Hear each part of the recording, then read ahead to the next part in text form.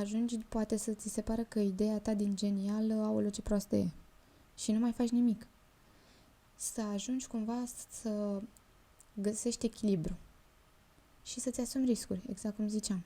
Ok, am înțeles că există și dezavantaje. Există riscuri, ca în orice chestie. Mi le asum? Nu mi le asum? Ce fac?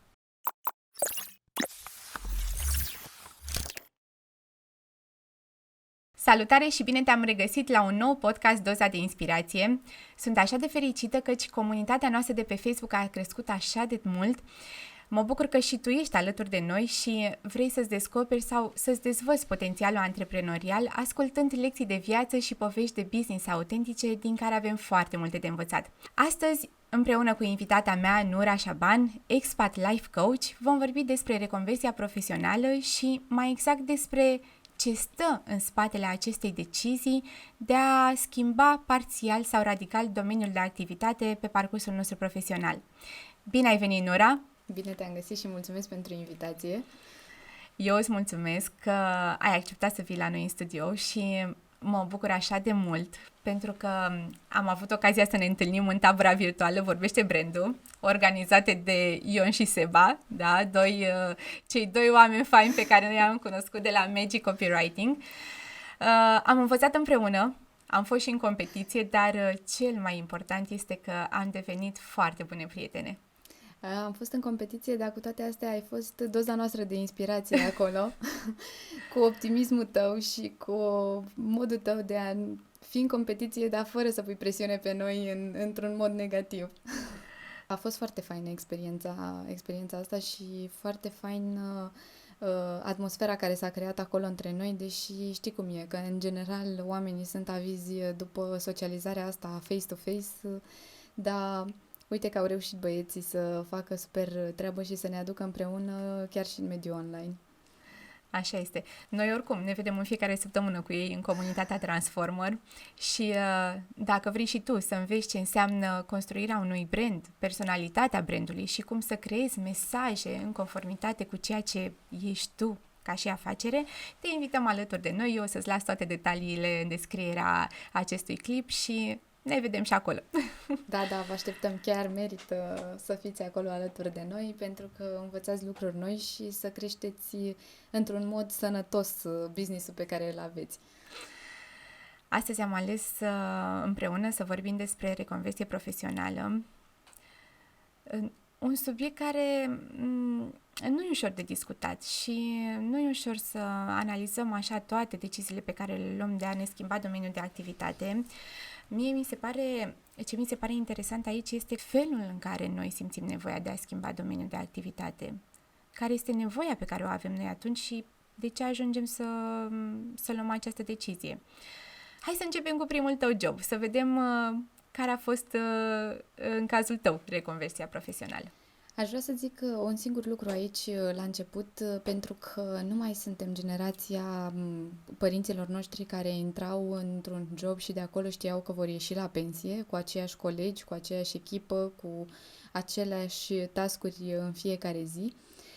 E clar că generația s-a schimbat și noi ne dorim altceva, ne dorim întotdeauna ceva mai bun, fie că e vorba de un salariu mai mare sau fie că e vorba de a atinge un nou nivel în dezvoltarea noastră profesională. Mereu ne gândim că altceva ăla ne așteaptă și e mult mai bun pentru noi și căutăm întotdeauna chestia asta să o regăsim în fiecare schimbare pe care o facem, indiferent că e vorba de să te muți pur și simplu de pe un post pe altul în cadrul aceleiași companii sau dacă e vorba chiar despre schimbarea companiei în care lucrezi. Sau, de ce nu, să schimbi viața de companie, viața de... asta în care mergi la șeful, așa, cu viața antreprenorială, unde ești propriul tău șef și știm că uneori poate fi chiar mai greu decât să ai un șef. Că atunci când ești propriul șef, ești un pic mai exigent decât un șef dintr-o companie. Da, și este, și ai responsabilități mult mai multe. Bineînțeles. Dar ți le asumi, adică știi pe ce cale vrei să o iei și atunci și că mă întrebai de primul meu job. Primul meu job a fost în timpul facultății, când mă simțeam așa foarte atot puternică și atot știutoare și am zis că dacă o să-mi iau un job și o să și învăț în același timp, mamă, câte pot eu să fac. Da. Știi că e și chestia aia a adolescentului, că ești încă adolescent totuși la 18-19 ani, în care zici, băi, trebuie să le fac pe toate, să demonstrez că pot, să mă admire lumea, și cred că e vorba și de faptul că îți dorești mai mulți bani, pe care nu mai poți să-i mai ceri cu atâta ușurință părinților. De fapt, asta a fost la mine, că mi-am dorit super mult să lucrez în timpul facultății ca să am banii mei. Deci asta mi se părea mie o chestie fantastică, să ai banii tăi. Să nu mai trebuiască să mergi la mama, la tata, dăm și mie pentru nu știu ce. Mai ales că începeau să crească cumva și dorințele. Îți doreai un laptop mai nu știu cum. Că noi suntem generația care nu am avut chiar atât de multe lucruri de astea. Adică eu cel puțin n-am fost genul care să-mi doresc nu știu ce mașină la 18 ani. Da. Pentru că știam că, mă rog, ai mei n-aveau posibilitatea asta și era un vis de neatins pentru mine, dar un laptop bun. Asta chiar îmi doream.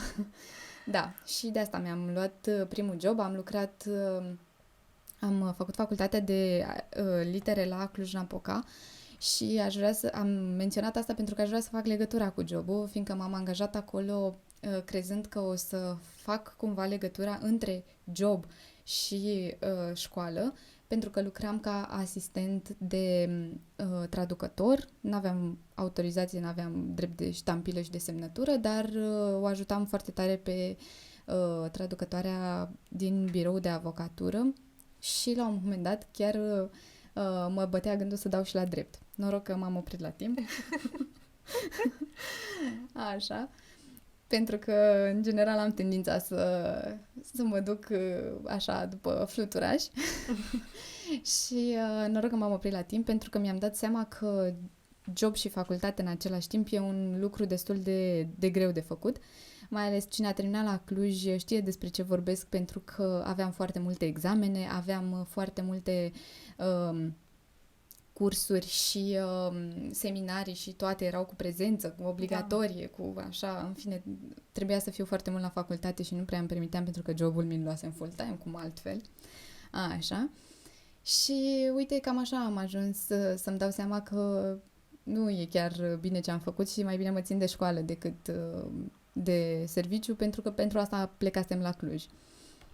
Deci ai renunțat până la urmă în timpul facultății la job. Da, am renunțat în timpul facultății pentru că am obținut o bursă de plecare în străinătate și atunci a fost o decizie ușoară de luat, adică n-am gândit-o neapărat ca pe un fail, ci uite, las asta pentru că mă așteaptă altceva de făcut. Super, și unde ai plecat cu bursa? N-am mai plecat până la urmă cu bursa pentru că, mă rog, au intervenit niște chestiuni legate de bani și de faptul că până la urmă ai mei n-au putut să mă susțină. Bursa era foarte mică și aveam nevoie de niște bani mulți în plus care să-mi asigure măcar primele 3-4 luni de existență acolo și n-am reușit să mai plec. În schimb, o să-ți povestesc că am plecat totuși cu o bursă mai scurtă în Spania. Am plecat la Granada și am avut parte de cea mai faină experiență din viața mea. Acolo a fost minunat. Să vezi cum învață alți studenți, să intri într-o universitate veche de sute de ani, de toată istoria acumulată la Granada. A fost o plăcere pentru mine să fiu acolo, pentru că s-a legat cumva... Știi că nimic nu e întâmplător în viață și atunci s-a legat foarte, foarte, foarte fain cu lucrarea mea de licență, că a venit așa ca o completare. Am avut acces la toate cărțile și documentele direct în spaniolă.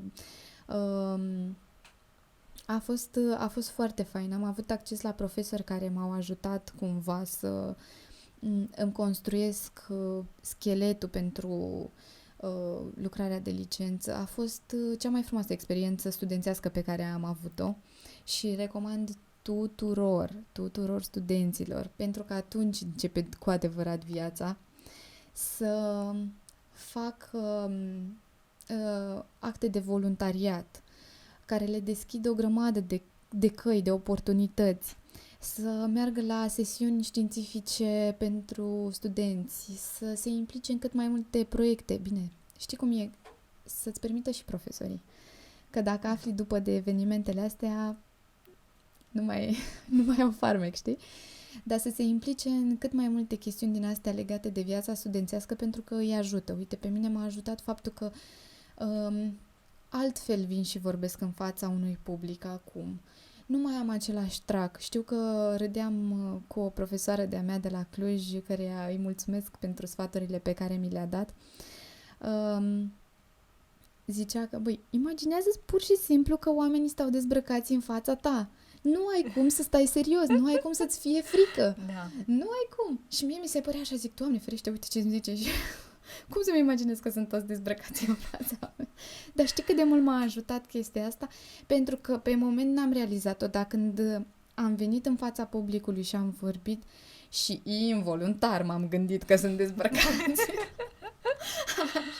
A fost atât de funny încât mi-a părut așa un surâs la colțul gurii și normal că chiar ascultasem de curând un podcast legat de chestia asta, cum îți păcălești creierul și unul dintre sfaturi era că, indiferent cât de supărat ești și în depresie, sfatul era așa, zâmbește. Zâmbește. Și o să vezi că chiar dacă ți induci, că știi că uneori ne inducem singuri starea asta de depresie, de supărare, de aoleu, dar ce mi-a făcut ăsta, dar nu merit, dar nu știu ce. Zâmbește, că n-ai cum să fii trist. Deci creierul tău este de așa fel construit încât în momentul în care se ridică colțurile gurii, practic, el crede că ești fericit. Și atunci n-ai cum să fii supărat. Și asta a fost ce s-a întâmplat și în cadrul sesiunii științifice pentru studenți, așa, pentru că am zâmbit și m-am relaxat.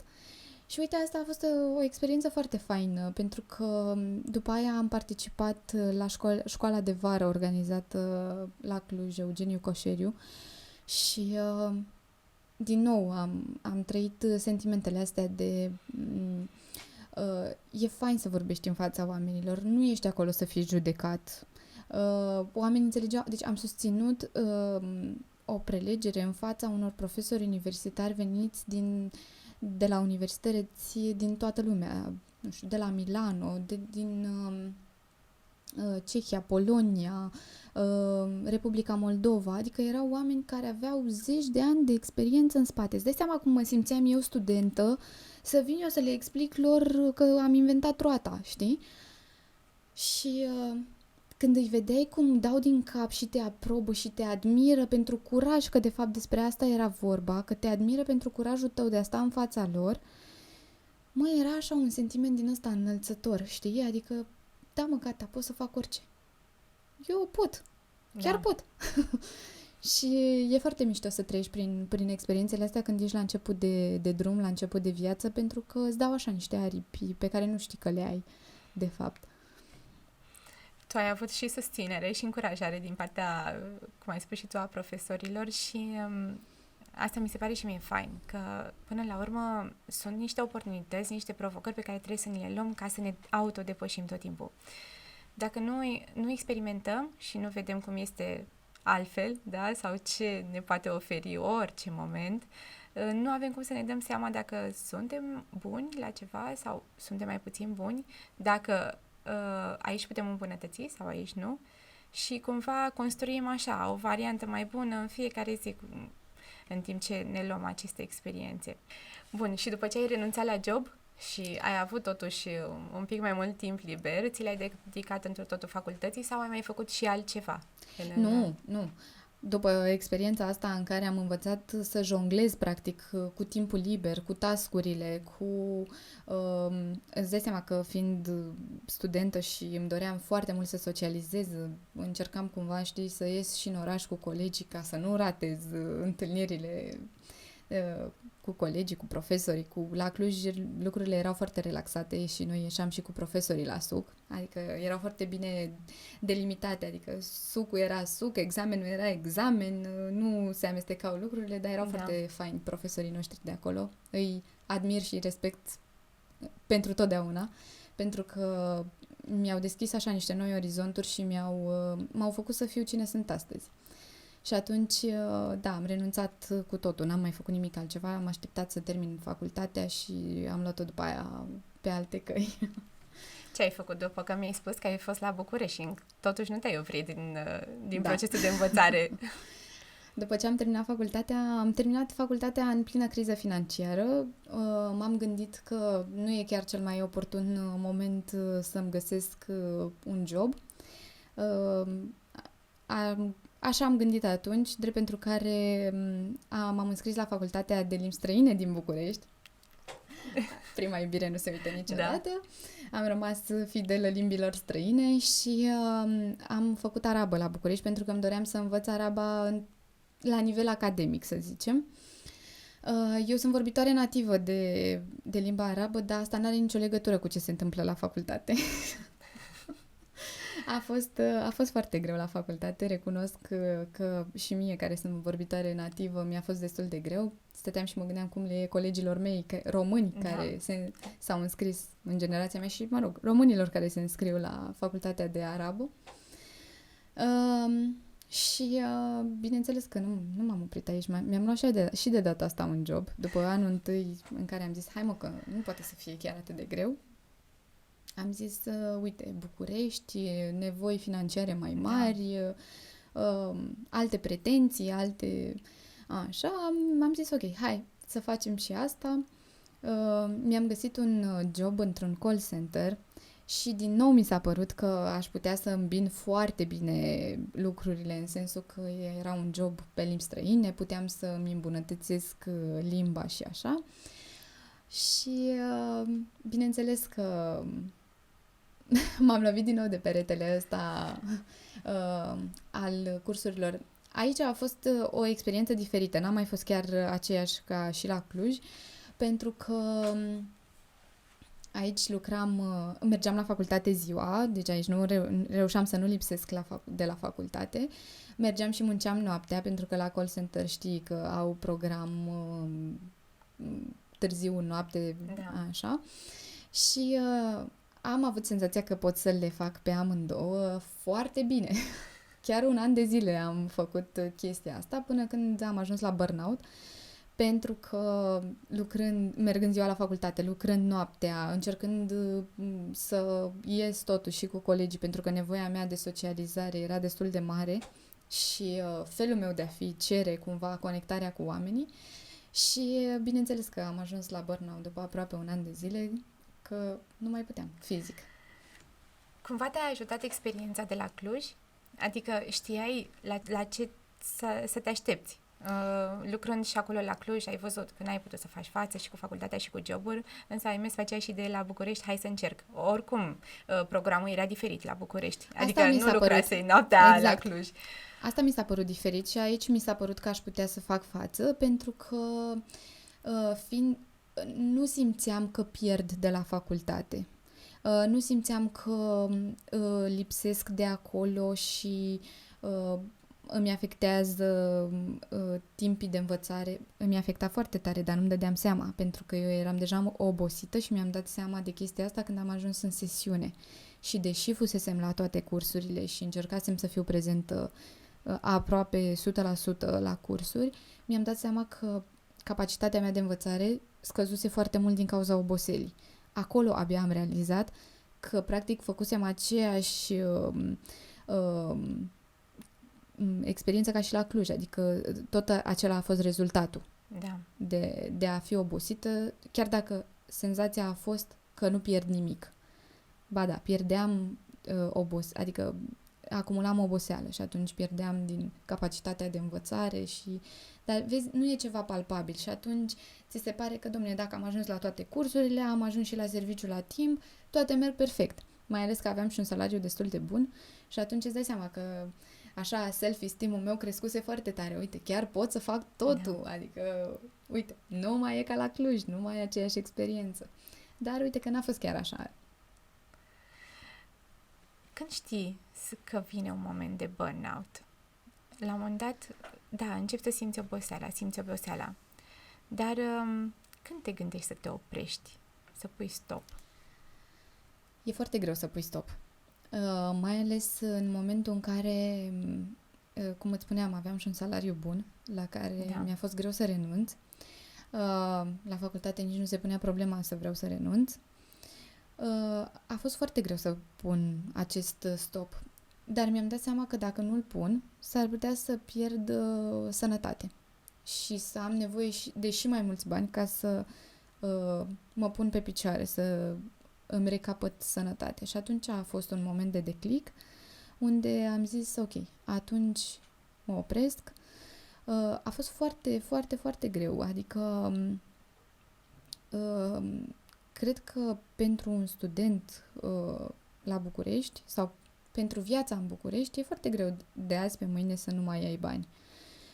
Mă susțineau ai mei, era foarte, foarte ok din punctul ăsta de vedere că mă susțineau, dar știi cum e, ajungi la vârstă exact ce gândisem și la Cluj, ajunsesem la o vârstă la care îmi doream să nu le mai cer lor bani. Simțeam că m-au ajutat suficient și că aș putea să-i degrevez de toate cheltuielile astea. Deși niciodată nu mi-au spus-o la modul ăsta, uite, nu mai putem să te susținem, vezi ce poți să faci. Niciodată. Întotdeauna am avut susținerea lor, cât a fost vorba de învățat și de continuarea studiilor, niciodată nu s-au dat în lături de la asta. În momentul în care ai decis să renunți și să nu mai mergi la call center, care au fost lucrurile cu care ai rămas din al doilea job? Ce ai îmbunătățit la tine față de primul job?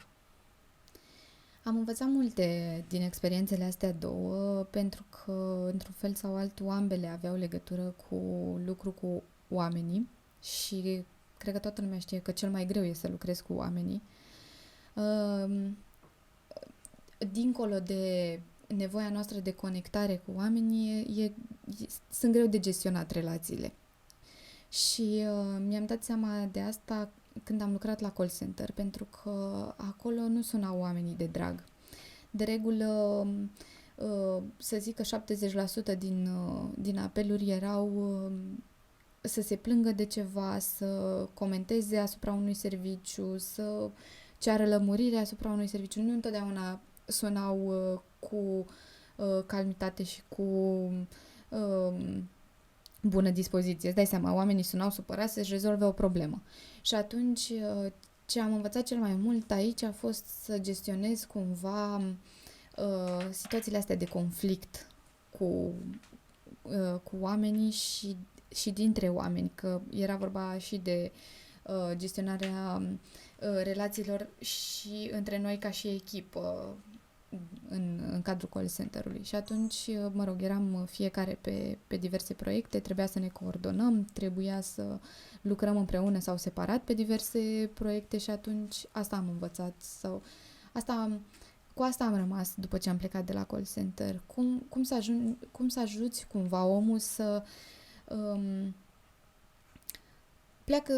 plece cumva satisfăcut de la tine, să plece împăcat, să încerci, chiar dacă nu ai rezolvat în 100% problema, să nu plece ca și când, domne, dar nici n-a vrut să rezolve, dar nici măcar nu și-a dat silința. Pentru că știm foarte bine, cred că fiecare om care ne ascultă în momentul ăsta a sunat măcar o singură dată la un call center sau la un serviciu cu clienții pentru ceva anume și știm că nu e chiar plăcut sentimentul ăsta de bă, dar nici măcar nu i-a păsat de problema mea, nici nu știu dacă m-a ascultat de fapt. Sau poate era un roboțel.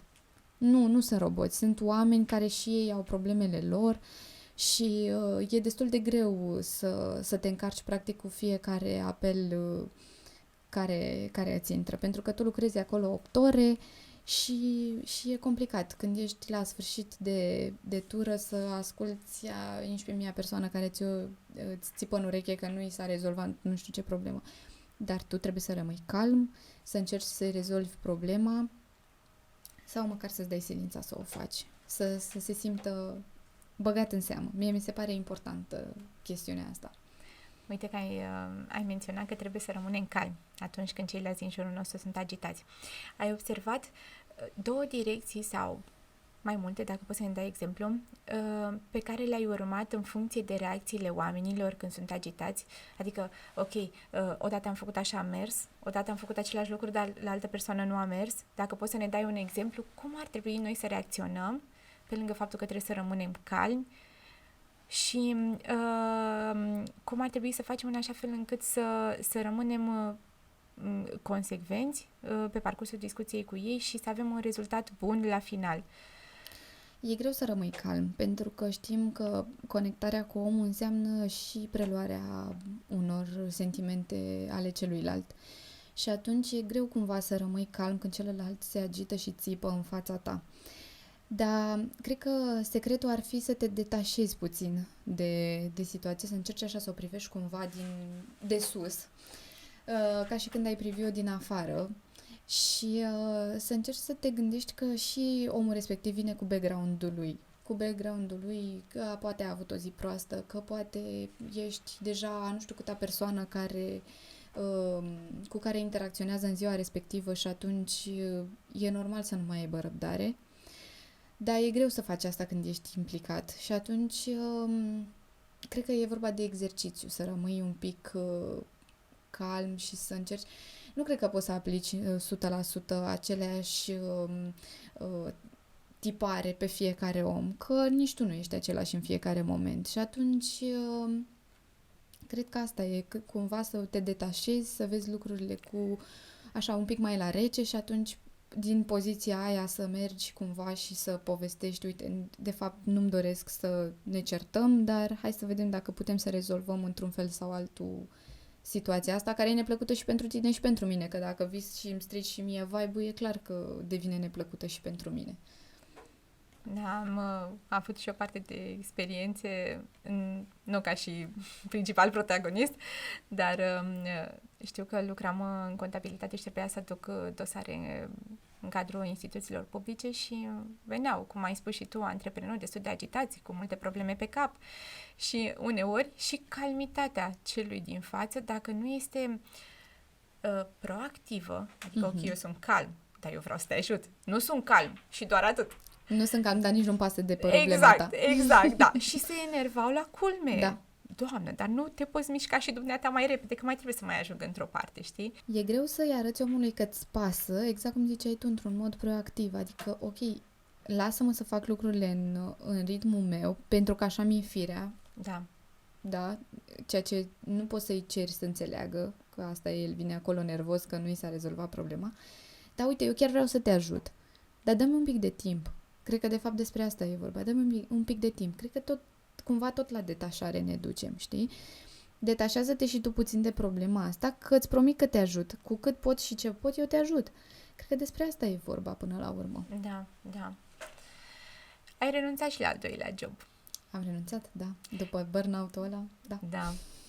A fost greu să-ți revii? Adică l-ai văzut ca un eșec, cumva?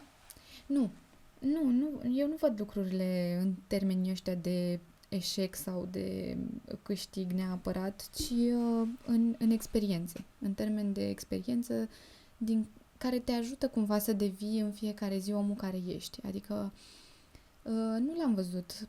Pur și simplu m-am bucurat că s-a terminat. Am dormit foarte mult. Îmi amintesc că nici nu exista atunci termenul ăsta de burnout. Pur și simplu mă simțeam atât de obosită, am dormit atât de mult, am făcut o postare pe Facebook că ăsta a fost modul meu de a refula cumva și am făcut o postare din aia kilometrică pe Facebook în care am explicat cum mă simt și cât de eliberată mă simt și ce bine e să dormi și să ai timp, că de fapt practic fără asta rămăsesem. Mi se furase ce mi-era mie cel mai drag, timpul. Și am dormit foarte mult, am citit foarte mult. Cred că vreo 3 luni mi-a luat așa tot procesul ăsta, că mi-am dat demisia vara și am simțit-o așa ca pe o recuperare, ca pe o convalescență până la începutul următorului an școlar și atunci a fost greu. Acum, gândindu-mă în urmă, îmi dau seama că a fost un burnout. Atunci, pur și simplu, am considerat că sunt foarte obosită și am nevoie de o pauză. Eu te văd puțin norocoasă în faptul că ți-ai dat singură seama de această stare pe care ai avut-o. La un moment dat, tinzi să fii pierdut în tot ce înseamnă activitățile zilnice. Adică îți mai dai seama, ok, simți oboseală așa cum ai spus și tu, dar parcă ți-e greu să spui stop. A venit cineva din exterior să te sfătuiască să încetezi? Cred că au fost și păreri din astea din exterior, pentru că slăbisem foarte, foarte mult și atunci știi cum e, mama când te vede că ai slăbit, mamă, dar pune și tu mâna și mai mănâncă ceva. Sau, uite, te extenuezi, te nu știu ce. În termenii ăștia mi s-a spus, nu neapărat, aoleu, dă-ți demisia și nu știu ce. Dar cred că am fost norocoasă, nu că mi-am dat seama la timp, că am avut susținere. Că dacă știam că trebuie să-mi plătesc o rată sau, nu știu, este singura mea sursă de venit, probabil că n-aș fi putut să ies din hora asta sau poate că aș fi ales un alt mod de a ieși din hora asta. Și cred că aici, de fapt, am fost norocoasă, cu faptul că am avut întotdeauna susținerea alor mei și mi-am permis să ies în momentul în care am simțit că nu mai pot. Cred că despre asta, de vorba de susținerea asta pe care am avut-o. E greu să spui stop. E greu să spui stop și știi când mi se pare cel mai greu să spui stop? Atunci când îți place ce faci. Când nici măcar nu știi că ai ajuns la burnout. Nici măcar nu-ți dai seama că ești acolo, la limita aia de sus, de unde dacă treci peste, s-ar putea să nu-ți mai facă plăcere. Acolo mi se pare mai greu să-ți dai seama și să spui stop. Nu să spui stop în cadrul unui call center. Știi că toți care lucrează și au experiența asta știu că nu e forever, adică nu e ceva care să o faci toată viața ta. Adică e o experiență care vine, e ok, trece și se termine la un moment dat. Mai devreme sau mai târziu. Care a fost următorul tău job? Revenind la reconversia profesională și încotro te-ai îndreptat după ce ai renunțat la call center? Am renunțat la call center în anul 2 de facultate. Mi-am terminat facultatea, din nou. Știi că eu am avut așa niște declicuri în timpul facultății și așa. Mi-am terminat facultatea și m-am înscris la master. Ei, uite, aici am avut un nou declic pentru că am simțit nevoia de o schimbare. Aici cred că au început gândurile de reconversie. Pentru că după anii de facultate în care făcusem doar limbi străine, m-am gândit, băi, ok, ce fac cu limbile străine? Că nu vreau să devin profesor. Am avut tentativa de a rămâne la catedră, dar nu m-a atras atât de tare și când am văzut câtă birocrație e și câtă bătaie de cap și așa, nu a fost pentru mine. Nu zic că nu e o meserie faină, dar trebuie să și faci față unor provocări. Și nu neapărat de cele de la catedră, ci de birocrație, că de fapt cred că aici mulți profesori sau mulți viitori profesori sunt descurajați, știi? Și după ce mi-am dat seama că nu e de mine catedra și așa, am zis ok, după atâția ani în care am făcut doar limbi străine, ce fac? Și m-am gândit să dau la un master de resurse umane, pentru că am zis că e așa o continuitate naturală a ceea ce am făcut eu, că pot să îmbin cele două domenii și pot să le combin în așa fel încât să îmi continui cumva chestia asta cu limbile străine care îmi plăceau și cu resursele umane că era și în vogă, cred, la momentul respectiv, știi? Era o chestie faină. Și am mers la master, la resurse umane și mi-a plăcut foarte mult, foarte mult. Dar n-am avut niciodată șansa să lucrez în domeniu. Nu știu, așa a fost. Nu s-a întâmplat să-mi găsesc niciun job în sensul ăsta. În timpul masterului, în anul 2 de master, bineînțeles că am zis, păi nu pot să stau fără bani. Trebuie să lucrez. Așa. Și pentru că masterul oricum era făcut de așa fel încât, adică și profesorii știau că oamenii încep să lucreze și așa, erau cursuri doar seara. Mi-am luat un job de zi de data asta în așa fel încât să ajung și la part-time, în așa fel încât să ajung și la master. Și uite că jobul ăsta pe care mi l-am luat, am rămas vreo 6 ani în el. Așa, bineînțeles cu schimbări. Pentru că după ce am terminat masterul, lucram deja în cadrul unei case de avocatură, unde am luat-o de jos, pentru că aveam nevoie la început de un program part-time, după care, în momentul în care am terminat masterul, am zis, ok, din momentul ăsta am nevoie să lucrez full-time, să avansez, să simt o oarecare satisfacție în evoluția asta profesională.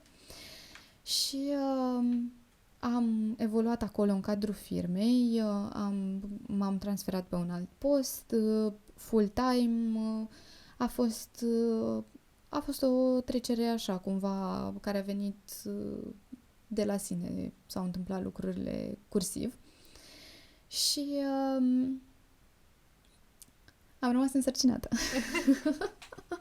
Între timp mă căsătorisem, așa, lucrurile astea din viața personală se întâmplau oricum undeva în paralel cu viața profesională și așa, și am rămas însărcinată și aici a fost un nou moment de cotitură în viața mea, pentru că mi-am dat seama că aveam nevoie, cred, de pauza asta sau îmi doream foarte mult un copil, nu mă așteptam să vină atât de repede sau nu neapărat a fost o chestie programată, am zis când e să se întâmple, Doamne ajută, Da. dacă nu, asta e. Și am rămas în cadrul serviciului câteva luni, mi-am ieșit în concediu de maternitate și aici începe povestea. Începe aventura. Pentru că în momentul în care devenim mamă, se întâmplă ceva aici, în cap, se restructurează niște chestii, se pun niște rotițe în mișcare. Hai că aici este destul de interesant și pentru mine, că și la mine s-au pus în mișcare, nu s-au mai oprit nici până acum, până acum. Dar vreau să ne descrii tu experiența ta, cum ai trăit-o tu când mămicile, parcă noi o luăm razna. Măi, să știi că în așa concediu e. de creștere copil, s-a terminat. Tot ce era normal până atunci devine anormal. Nu, deci în momentul în care intri în creștere copil, nu, cum să zic, nu mai ești tu. Pe lângă euforia aia, mai ales la primul copil experiența mi se pare total diferită de orice altceva care urmează după aceea, pentru că e și entuziasmul ăla de a fi cu bebe, de a-l cunoaște pe bebe. Mamă, câte vrei să faci cu bebe, nu-ți imaginezi viața în afară de momentele alea cu el, când îl miroși, când îi simți mirosul ăla de bebe, de lăptic, de... E frumos așa, câteva luni bune, Da. poate un an. Uite, suntem norocoase că în România totuși avem 2 ani la dispoziție să stăm alături de copiii noștri, că știu că în alte țări mai mult de 3 luni nu e posibil. Dar, uite, la mine așa a fost, după un an am început să clocotesc, știi, că nevoia mea de socializare și de asta nu se putea opri, știi? Știi, apropo de perioada de concediului de creștere al copilului, cred că dacă noi mai continuăm mult să zdruncinăm mediul de afaceri, să-l dezechilibrăm așa, gata. Se și așteaptă antreprenorii. Când intră mămicile în concediu de creștere al copilului, e clar că, nu știu, e posibil să nu se mai întoarcă. Cred că ne vor scurta și nouă perioada.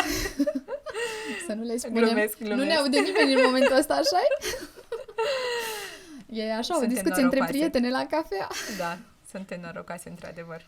Da, e foarte faină chestia asta în România și cred că e un sistem unic în Europa, ceea ce se întâmplă în România. Nu știu, nu am date concrete în sensul ăsta, dar faptul că ai posibilitatea să stai lângă copilul tău 2 ani și să fii alături de el în toate etapele astea faine, e foarte, foarte fain, foarte fain, pentru că cred că de aici și timpul de gândire și de agitare așa a problemelor.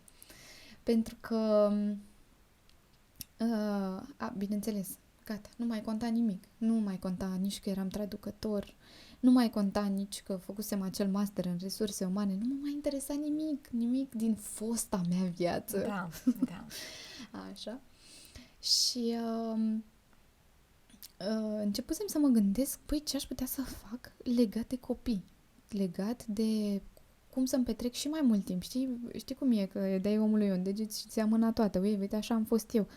2 ani, nu mi-ajung 2 ani. Eu vreau să stau cât mai mult cu copilul. Cât mai mult. Eram la primul copil, îți dai seama, entuziasmul ăla era la cote maxime. Ce pot eu să fac în așa fel încât să rămân alături de el cât mai mult timp? Și am început să mă gândesc la o grămadă de variante. Am vrut să-mi fac bibliotecă de sisteme de purtare. Am vrut să îmi fac o grămadă de chestii din astea legate de copii, multe idei care au venit și au plecat, că nu mi se păreau chiar potrivite pentru felul meu de a fi. La un moment dat, chiar când s-a apropiat așa momentul zero de întoarcere la muncă, mă gândisem cu o prietenă să facem dulceață. Băi, trebuie, nu, deci tu te pricepi la dulceață, eu mă pricep la texte. Eu scriu textele, eu fac vânzarea, tu faci dulceața. Și a fost foarte fain, adică a fost așa un moment din ăla de... Vreau să detaliem aici mai mult procesul și să spun de ce. Pentru că, în mod normal, sau sfaturile pe care le primim din toate cărțile de dezvoltare personală, în momentul în care luăm decizii, trebuie să ne bazăm pe anumite valori ale noastre și pe anumite credințe. Cum a fost la tine procesul? A fost emoția prea mare și te ghidai după intuiție? Uite, aș fi bucuroasă dacă aș face asta. Sau cumva ai gândit-o mai analitic? Hai să vedem ce am făcut până acum, la ce sunt bună, ce aș putea să aduc. Nu. Cum a fost? Nu, aici n-a fost pic de analiză. Aici a fost totul super emoțional și super, așa, într-o disperare din aia de cauză. Ce fac eu cu copilul? Îl dau pe mâini străine? Îmi imaginam că la grădinița, la creșă, la asta... Mamă, cine știe ce fac doamnele alea acolo cu copilul meu? Adică nu-l îngrijește, domnule, nimeni mai bine decât mine. Ei, și din disperarea asta au venit toate ideile astea. Stai să-mi, habar n-am să fac dulceață. Habar n-am. Nu e ca și când sunt cea mai mare gospodină și îmi descoperisem pasiunea vieții. Nu. Da. Era disperarea aia, domne, să vă găsesc ceva care să-mi dea mai mult timp cu copilul meu. Nu, n-a fost nici pe departe, nicio analiză. Și ce ai ales să faci prima dată? Cu ce ai început? Din toate aceste gânduri, așa, să fac și pe aia și N-am avut curaj. N-am avut curaj să încep atunci, să fac nimic, pentru că știam că îmi doresc un al doilea copil și mi-a fost frică să pornesc pe drumul ăsta antreprenorial atunci, în momentul ăla. Ce faci cu ideile tale pe care le-ai avut? Le-ai pus cumva într-o agendă și cumva aștepți un moment potrivit? Știi cum e? Atunci când le scrii, zici că le ai acolo și aștepți universul să-ți ofere toate posibilitățile, toate oportunitățile. Cum este procedura ta? Sau pur și simplu ai trecut peste și ai mers mai departe și te-ai gândit la alte lucruri? Nu, în momentul în care m-am întors la muncă, mi-a venit ideea că cel mai fain pentru mine ar fi să creez niște cursuri pentru copii. Astfel rămân și lângă copilul meu 100%. Și pot să ofer valoare și altor copii. Ce cursuri? Cursuri de limbi străine, evident. Asta știam eu cel mai bine să fac.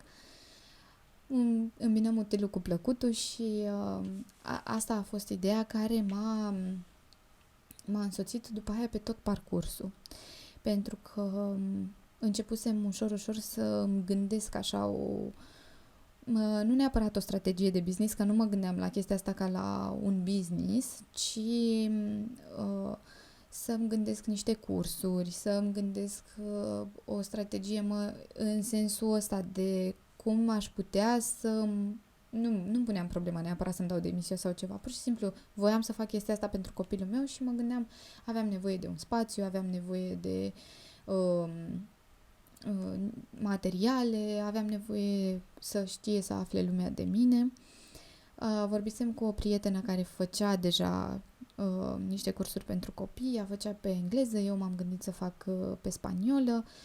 Am zis că ne facem un fel de școală sau un centru de activități pentru copii, dar ce crezi, am rămas însărcinate amândouă, aproape în același timp, nu chiar în același timp, la diferență de vreo, nu mai știu, 2-3 luni, cred. Și ne-am suspendat toate gândurile și toate ideile astea de ce am putea să facem noi pe lângă serviciu, gândeam eu atunci. Așa. Și iată că a mai venit o pauză în viața mea și mi-a dat timp de gândire. Mi-a dat timp de gândire exact, dom'le, ce vreau să fac cu viața mea. Ei, acum e acum. Acum e acum, da. Pentru că deja lucrurile se complicaseră. Nu mai erai nici la primul copil, nu mai era... Când ești la al doilea copil, abordezi mai cu maturitate, așa, nu mai e entuziasmul ăla de am o jucărie nouă. Da.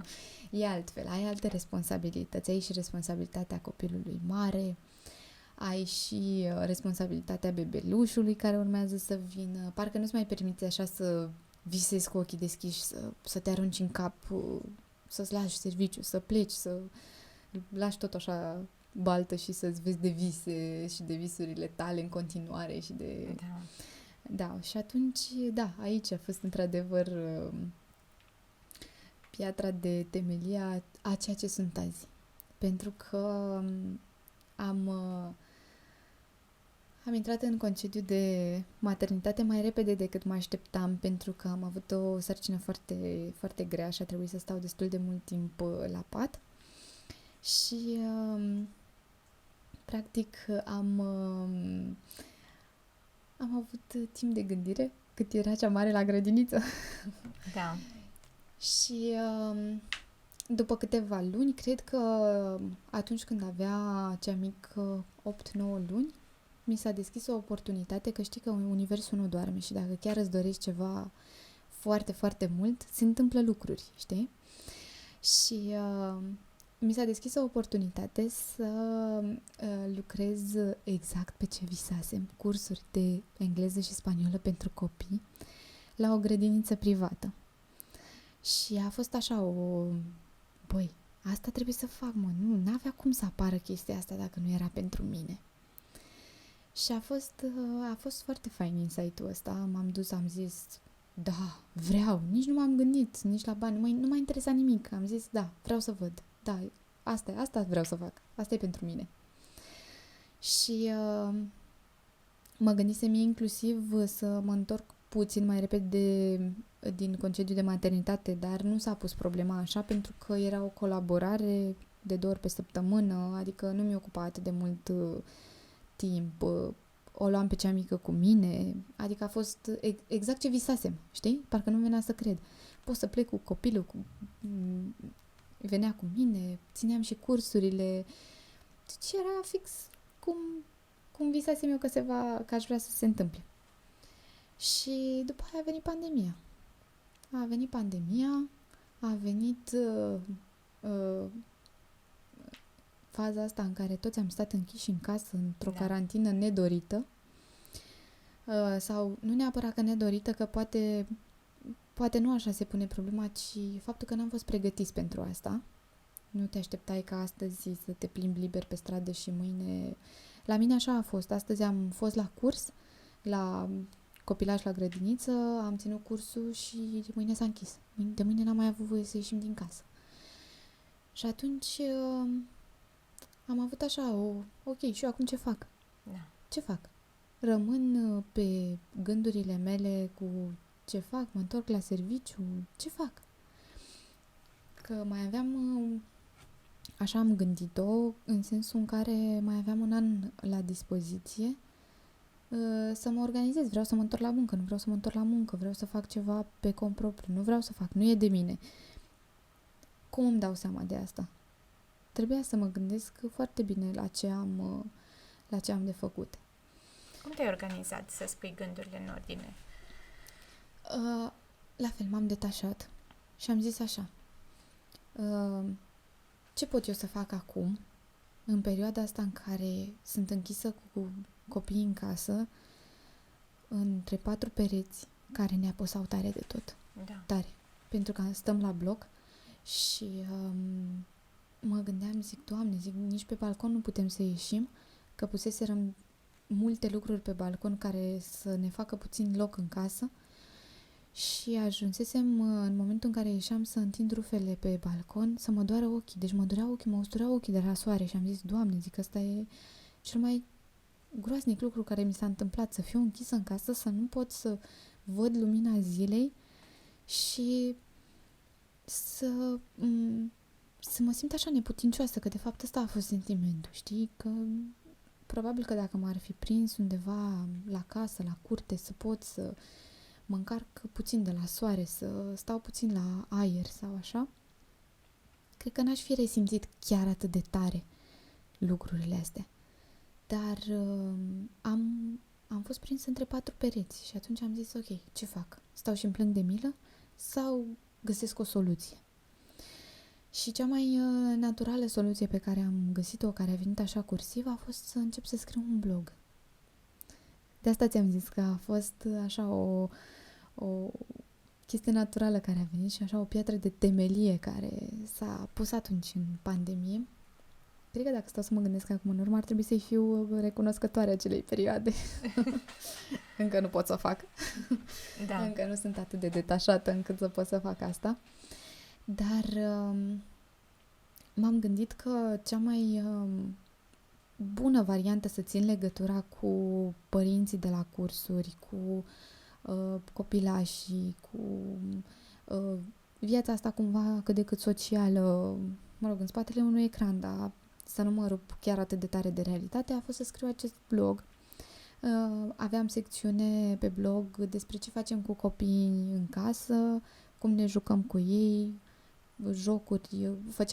Am ținut în perioada aia postări zilnice pe Instagram despre activitățile pe care le făceam cu fetele pe vârste, cu cea mare, cu cea mică, diferență de 3 ani între ele, practic aveau nevoi diferite și a fost destul de complicat să împac ambele categorii de vârste. Și uite așa s-a născut blogul. A fost un blog de parenting pe care l-am... Cum s-a numit? Bocceluța lui Mami s-a numit blogul, și căruia i-am dat drumul într-o noapte. Eu am tot scris așa pe parcursul pandemiei, tot felul de gânduri, tot felul de... Mă rog, nu le gândisem sub forma unor articole la început, pur și simplu așa ca un jurnal. Și după aia zic, dar ce-ar fi să-mi fac blogul ăsta? Și am stat, m-am gândit, am urcat tot felul de articole, am făcut poze, am adaptat pozele pe care le făcusem deja și într-o seară zic, gata, îi dau drumul, gata, îmi fac curaj, start! Da. Și am apăsat butonul de launch și gata, m-am trezit online. Îți dai seama că nu e ca și când m-au citit 1 milion de oameni în secunda 2. Nu. A fost așa o chestie pe care am făcut-o pentru mine, știi? După aia mi-am dat seama că mi-ar plăcea să fac asta mai mult timp sau aș vrea să fac din asta, nu știu, de ce nu un job? De ce nu... Adică mi se părea foarte interesantă ideea asta. Uite, poți să scrii, poți să trăiești din scris, poți să faci și ce-ți place, să-ți aducă și satisfacții materiale. Întotdeauna am gândit cumva lucrurile astea să îmbine utilul cu plăcutul, să-mi aducă și satisfacții materiale, pentru că oricât de mult îți place un lucru, părerea mea e că la un moment dat tot devii frustrat. Adică chiar dacă nu câștigi mult din munca ta, trebuie să-ți aducă un minim de venit. Un boost din ăla de încredere în tine. Da, mă, uite că și alții apreciază ce fac eu. Știi? Și atunci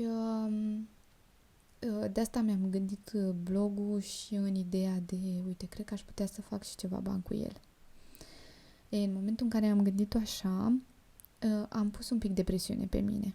Începusem să scriu mai des. Tot din plăcere scriam, nu aici a fost problema, dar s-a schimbat ritmul.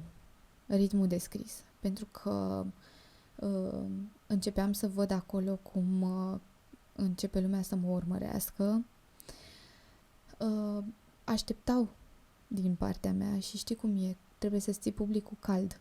Că dacă nu ții publicul cald, te uită repede pentru că nu ești nu eram un nume atât de înrădăcinat cumva în memoria asta colectivă și atunci, da, astăzi le place articolul meu, mâine nu mă mai caută. Nu știai cui te adresezi sau, mă rog, nu gândeam din perspectiva asta a avatarului de client. Habar n-aveam ce e asta.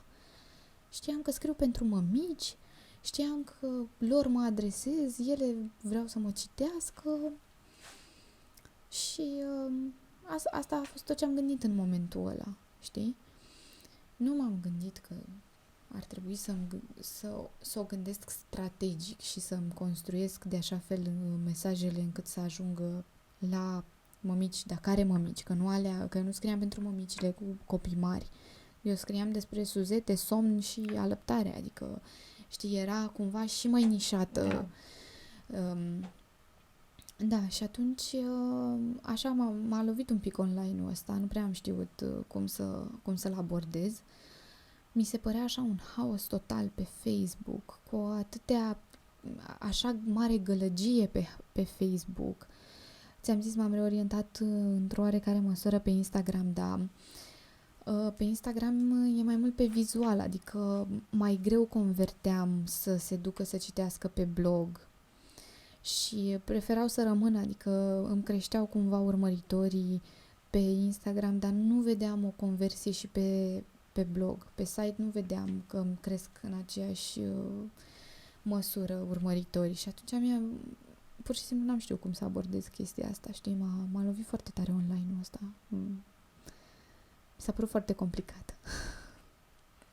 Și ce ai făcut ca să te lămurești mai bine sau ca să înțelegi cum funcționează lucrurile și care ar fi pașii pe care ar trebui să-i faci ca să duci blogul la un nivel mai sus? Te-ai dus, ai făcut anumite cursuri sau ai apelat la prieteni, persoane care au o experiență în domeniul ăsta și cumva puteau să te ghideze? M-am axat pe o micronișă a călătoriilor cu copii de o zi. Noi anul trecut, mă rog, în contextul ăsta al pandemiei, n-am vrut să plecăm nicăieri cu cazare, cu interacțiune foarte multă, și atunci m-am gândit că s-ar putea să fie de interes pentru mai multe familii cu copii ce să facă în timpul liber cu copii sau ce să facă vara cu copii în condițiile în care, unde să te duci? Nu erau stranduri deschise, nu era nimic, nu erau activități, nu se întâmpla nimic, practic. Și în primăvară, atunci când lumea a începuse cumva să iasă din casă și să se dezmeticească un pic după ce ne lovise, am început să facem multe excursii de o zi, să dăm idei de excursii de o zi și chiar așa îmi pusesem ca și hashtag One Day Trip. Și lumea a părut interesată de chestia asta, postam vinerea, mi-amintesc că era așa o forfătă pentru mine, o săptămână întreagă, Doamne, ce postez vineri? Da. Vinerea era așa zi de postare și să aibă oamenii idei ce să facă în weekend. Și mi-a venit ideea, dacă tot s-a deschis, mă rog, în condițiile în care se deschiseseră lucrurile anul trecut și așa, hai să-mi fac un centru de activități, să revin la ideea asta a mea pe care o avusesem. Și m-am gândit așa să mă arunc cu capul de-a binelea înainte și să ne cumpărăm un apartament cu prima casă pe care era să-l și pierdem în pandemie din cauza faptului că mă rog, au fost niște desincronizări între termenul de terminare de finalizare a lucrărilor și de predarea apartamentelor, a blocului, de fapt, în sine, da. Și fondul de garantare care ne oprise, practic, fondurile până la o anumită dată și a fost așa o întreagă aventură cu chestia asta. Dar am zis, domnule, eu vreau chestia asta, eu îmi fac centru de activități, eu îmi fac, mamă, mă visam acolo cel puțin, nu știu, British School sau ceva. Știi, și am zis, mă, merge perfect, blog, centru de activități, complementare, gata, o să meargă unse. Ce te-a încurajat să iei decizia asta? Blogul creștea, evolua și ai prins curaj să te duci în direcția asta, sigur? Sau care a fost scânteia așa care te ținea acolo mereu aprinsă? Blogul evolua, dar nu evolua în ritmul în care îmi doream eu, știi? Că mereu, nu e bine ce am făcut eu, dar eu m-am comparat cu oameni care aveau deja un renume pe piața asta a blogurilor de parenting, știi? Mereu am admirat-o pe Ioana pe Prințesa Urbană, pentru blogul ei și a fost așa cumva un model pentru mine și nu doar ea, că știm că am citit multe bloguri din astea de parenting, mai ales în prima sarcină și așa. Și acolo mă visam, acolo speram să ajung, știi? Și atunci am evoluat încet, dar mi se părea mie că evoluează încet, dar sigur. Dar n-a fost așa. Da. N-a fost așa. Că n-aveam o strategie, făceam totul intuitiv. Și mă urmăreau greu. Cel mai greu a fost când treci de o anumită etapă în care începe să te urmărească lumea asta super apropiată, prietenii de pe Facebook, prietenii prietenilor de pe Facebook. La un moment dat se termină, știi, plaja asta. Da. Și începea să fie din ce în ce mai greu să ajung la oameni noi. Și acolo mi s-a părut mie foarte complicat, fără o strategie. Dar nu știam ce e aia strategie. Nu știam. Știam că dacă scrii bine, lumea începe să te citească. Atât. Aveam niște feedback-uri foarte bune de la cei care mă citeau și îmi spuneau mereu că scriu fain, că uite că, băi, deci parcă ai scris pentru mine articolul ăla sau uite și eu trec prin asta și da, eu cifrele, știi? Și pe de o parte mă ridica așa și îmi creștea self-esteem-ul din vorbele oamenilor, dar mă demoralizau cifrele. Știu că avusesem la un moment dat o discuție cu Ioana Macoveciuc și zicea că ea niciodată nu se uită la cifre. Și băi, nu pot să mă uit la cifre. Nu vreau să mă uit la cifre. Și avea dreptate. Dar nu puteam să mă detașez, știi? Voiam neapărat să știu, bă, dar astăzi cât s-au uitat? Câți m-au citit astăzi? O fi adus valoare, dar pentru că ți-am adus valoare? Știi, încercam așa, știi, să o văd din mai multe unghiuri, dar practic ăla era rezultatul, eu voiam să văd cifre. Da. Și mă demoraliza așa când vedeam că aveam zile cu nu știu câte vizualizări și zile în care aveam 12 vizualizări. Am avut și zile din astea, 12 vizualizări, mi se părea, Doamne, dar doar atât? Adică subiectul ăsta n-a contat pentru nimeni, nu e nimeni interesat de el. Da, eu cred că nu e bine să faci așa. Nu e bine, adică să scrii și să trimiți așa cumva în univers și să nu te mai interesezi. Uite cum zicea Ioana, nu mă uit la cifre, că dacă mă uit la cifre s-ar putea să mă demoralizez și nu mai pot să scriu, nu mai pot să fiu autentică.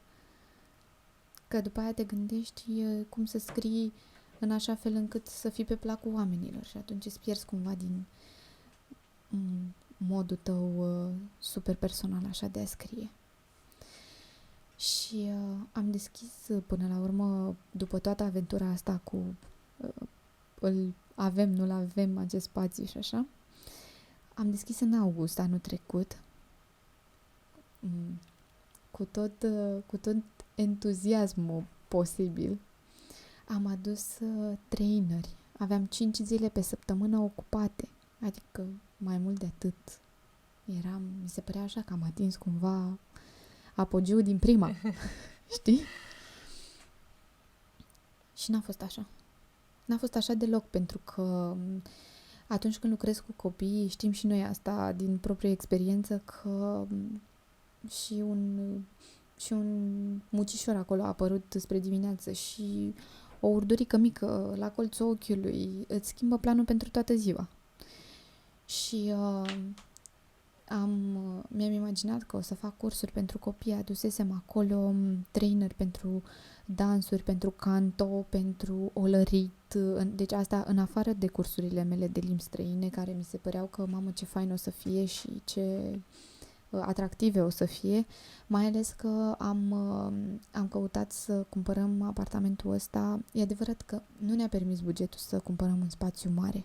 Poate, am vrut să facem așa un beach care să și troznească, dar din puțin sau din nimic, așa, știi? Și ne-am permis doar acest apartament și probabil că mai ales la momentul respectiv lumea căuta, nu știu, o casă cu curte, un spațiu deschis, nu știu, de fapt nu știu exact ce s-a căutat în momentul ăla greu de pandemie, știi, în care toată lumea era așa cumva dezorientată. Da. Și am avut niște colaborări cu niște locuri de joacă unde la fel mergeam și țineam cursurile de limbi străine și foarte, foarte greu a mers anul trecut și nu veneau oamenii sau anulau în ultimul moment. Veneai, ziceai, mama, astăzi puseserăm noi un maxim de 6-7 copii per grupă. Și ziceai, mama, azi am 5, deci aproape grupă full. Și venea 1 sau 2. Nu poți să ții cursul cu un copil, că e ca și cum s-ar juca cu mama lui în sufragerie. Nu e interesant, nu-i place, nu își dorește să mai vină și a doua oară. Și a fost foarte, foarte greu să aducem oamenii la curs. După aia am făcut colaborare cu prietena mea care își dorea și ea să facă același lucru ca și mine. Ea nu și-o gândise neapărat în sensul ăsta de centru de activități, ci doar pe partea asta de cursuri de limbi străine și atât. Și am făcut o colaborare cu ea și cumva din două direcții au început să mai vină oameni. Dar știi, cu efort depus din două părți, din două conturi de Instagram, din două conturi de Facebook, din două... publicul era cumva... publicul țintă era același, doar că fiecare dintre noi ajungea la alt segment de oameni. Da. Și așa, din doi, greu, foarte greu. Foarte greu, drept pentru care n-am renunțat cu totul și cu totul la ideea asta, dar m-am întors cu gândul la blog și m-am gândit, zic, măi, dacă mai bine merge online, hai să văd ce pot să fac în sensul ăsta de online. Cum aș putea oare să îmbunătățesc sau să-mi construiesc o strategie? Că eram conștientă de faptul că pornisem așa intuitiv, de faptul că pornisem la drum fără niște cunoștințe de bază, adică simplu fapt că iubeam scrisul, că voiam să ajung la niște oameni care erau cumva în aceeași oală ca și mine și cam atât. Și uite așa am ajuns să caut cursuri, cum să mă dezvolt, cum să fac ceva altceva decât făcusem. Și am găsit o comunitate foarte, foarte faină pe Facebook, comunitatea Anei Nicolescu, care este o comunitate de blogging, are o comunitate a părinților bloggeri, unde, mă rog, se întâmplă lucruri foarte faine și se share-uiesc evenimente faine și intri în contact cu o grămadă de oameni faini și așa, și o comunitate plătită care m-a ajutat foarte mult. Am intrat acolo în comunitatea ei plătită și am învățat ce înseamnă să-ți faci în primul rând un site fain. Nu știam ce înseamnă să scrii SEO. Și mi se părea, cum adică să scriu SEO? Păi nu scriu, adică trebuie să scriu altfel. Și a avut super multă răbdare să ne explice, face acolo în comunitatea asta teme lunare și abordează teme lunare. Are răbdare cumva să meargă în ritmul aproape fiecărui cursant și trăgea de noi.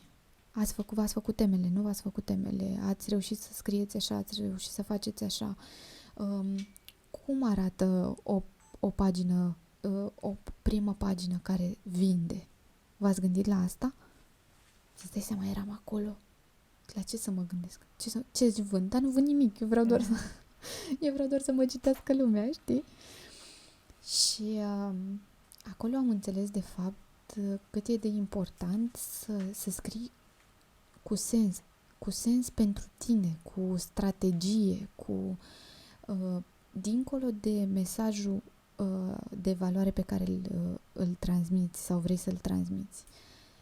Sunt și niște chestiuni din astea de backstage pe care nu le vezi așa când citești un blog frumos care îți place, că mă rog, revii că ți-a plăcut cum a scris persoana respectivă, dar cum ai ajuns tu pe blogul ăla? Cum a urcat blogul ăla în randările Google ca să-l găsești tu la nu știu ce căutare a ta? Nu mă gândisem la asta, îți dai seama. Poți să ne dai câteva sfaturi? Că mă gândesc că poate sunt cei care ne ascultă acum și au de gând să-și facă un blog. Care ar fi, nu știu, primele 5 lucruri de care ar trebui să țină cont? Ce să zic eu acum?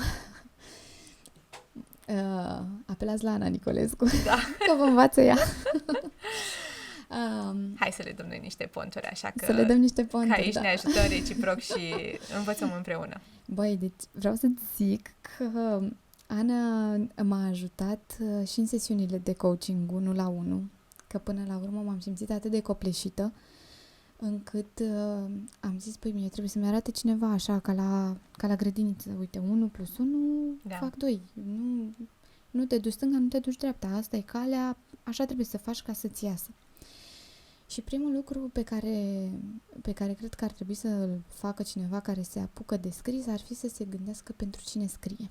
Deci cred că asta ar fi cea mai importantă chestiune, să-și aleagă nișa și să se gândească, să facă cumva o prospecție a pieței, să vadă dacă nișa asta este foarte aglomerată sau necunoscută.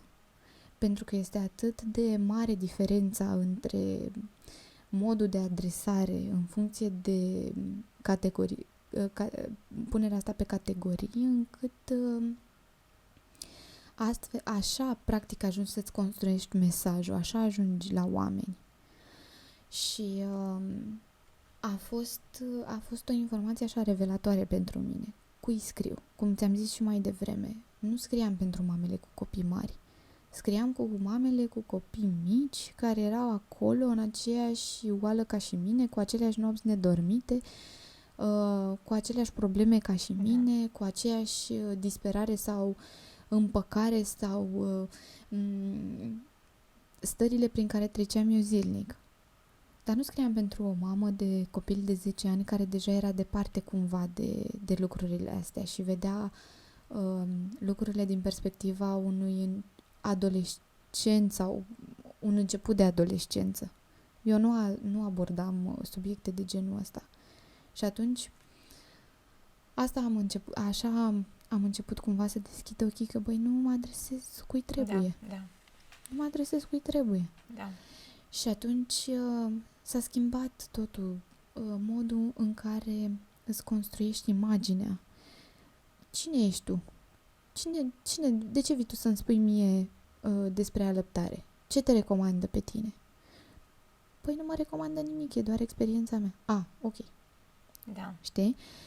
Da, e fain că o mămică la început de drum se simte cumva susținută și se simte cumva că aparține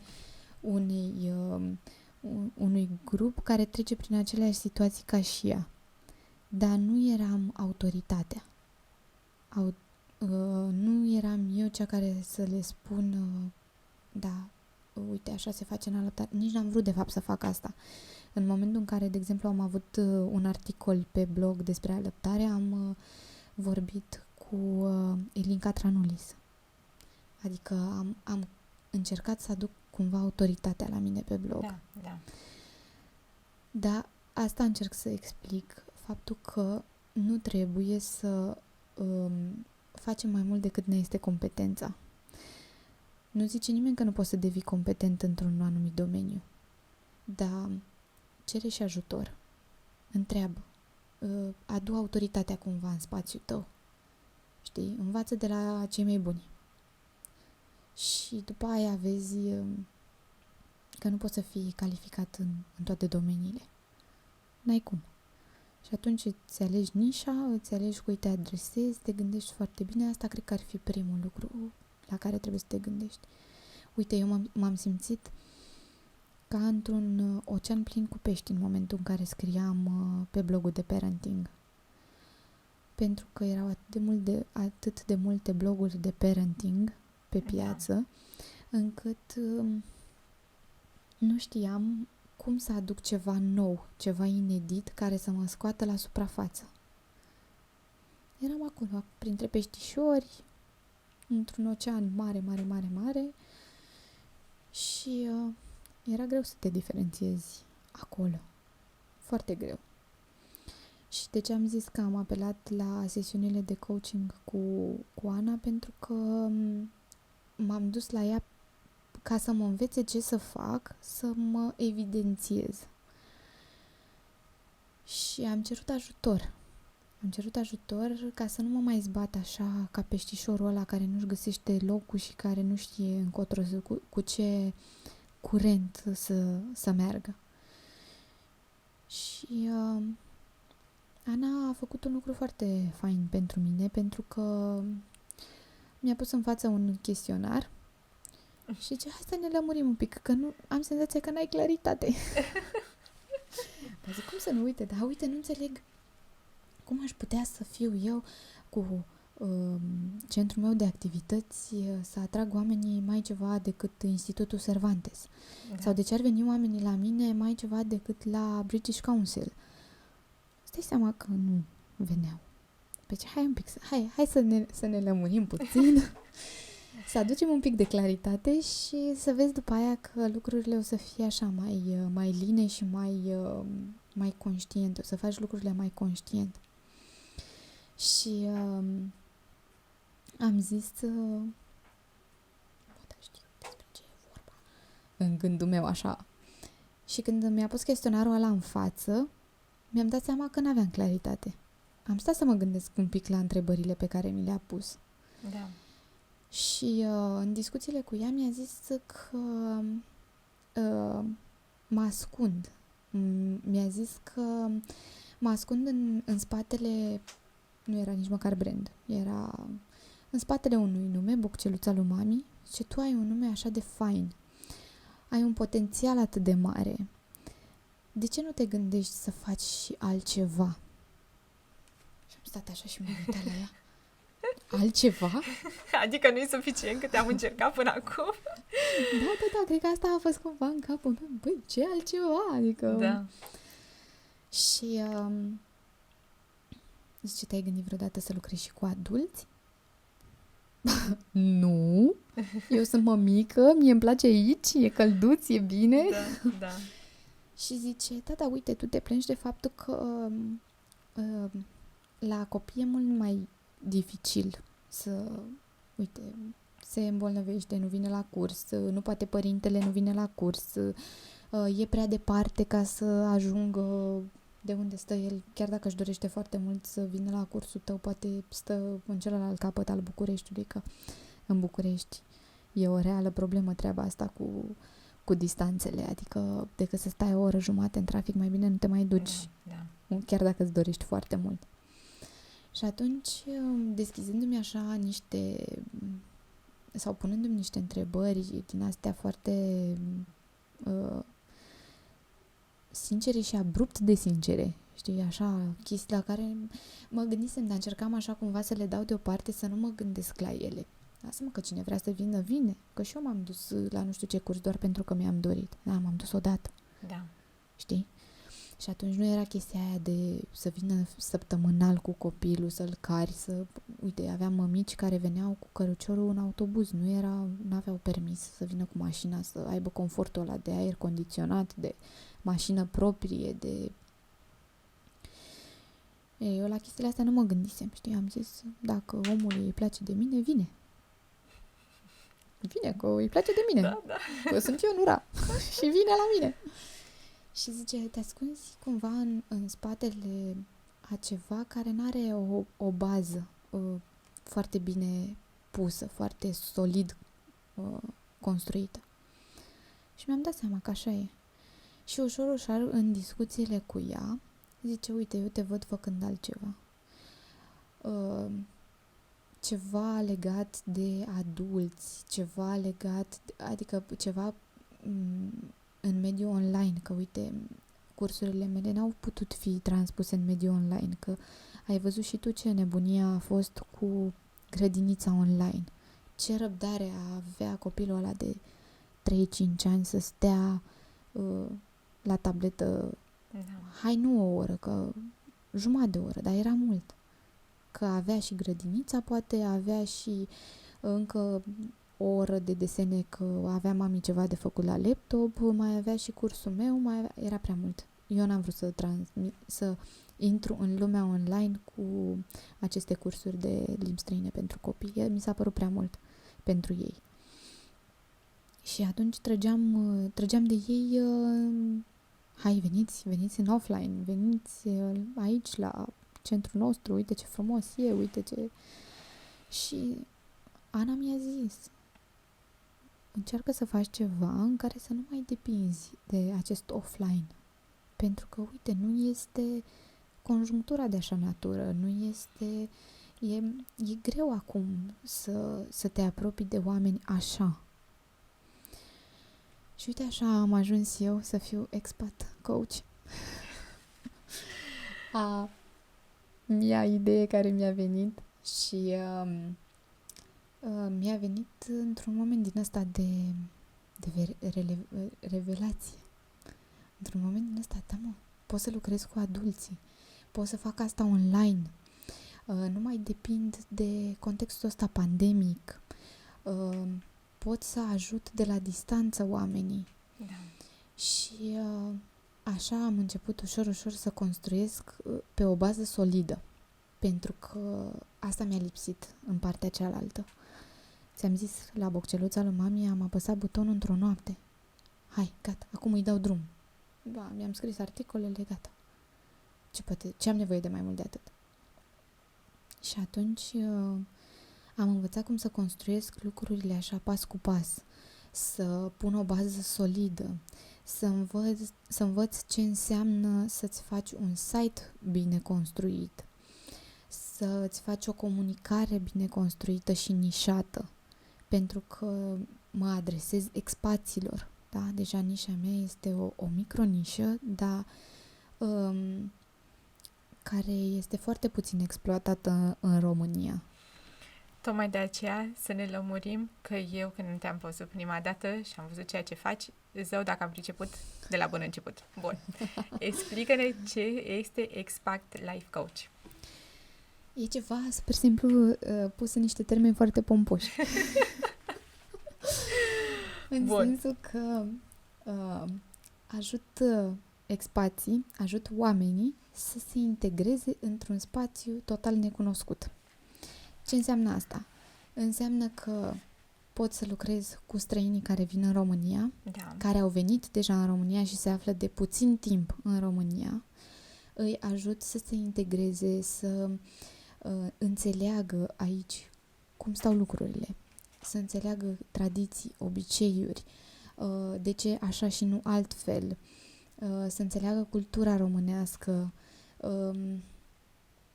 să treacă peste niște bariere culturale pe care le aduc în bagaj cu ei. Sunt acolo, aș putea să zic că sunt primul lor prieten în momentul în care ajung în România. Îi sfătuiesc pe cei care vor să aibă experiența asta de expat să înceapă să discute cu un coach încă dinainte de plecare și să-și pregătească exact ca o afacere, să-ți pui niște baze, să-ți pui bazele plecării, să nu pleci așa, plec, mă mut, nu mai vreau să știu, nu știu ce lasă în urmă, eu plec în altă țară, că nu e ușor. Da. Nu e ușor deloc să te trezești aici oriunde. Să te trezești departe de familie, să te trezești departe de prieteni, să n-ai cu cine să schimbi. Uite, am avut un client care se plângea de faptul că îi e dor să vorbească în limba lui. Știi? Și ți se pare atât de banal și zici vai, dar pot să vorbesc oricând românește.